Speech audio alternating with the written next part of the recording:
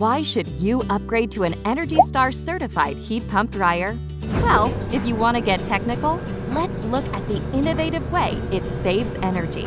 Notice there's no heating element and no vent. But why? A heat pump uses technology similar to an air conditioner, but operates in reverse. Air is pulled through a condenser where it is heated before entering the drum. The hot air then absorbs moisture from your clothes. Next, the damp air goes into an evaporator, which removes the moisture and collects or drains it. The real savings happen next, when that same air is pulled back through the condenser to be reheated while still warm. In other words, we save by recycling warm air instead of releasing it through a vent and using energy to heat new cold air. Now that's a good use of hot air.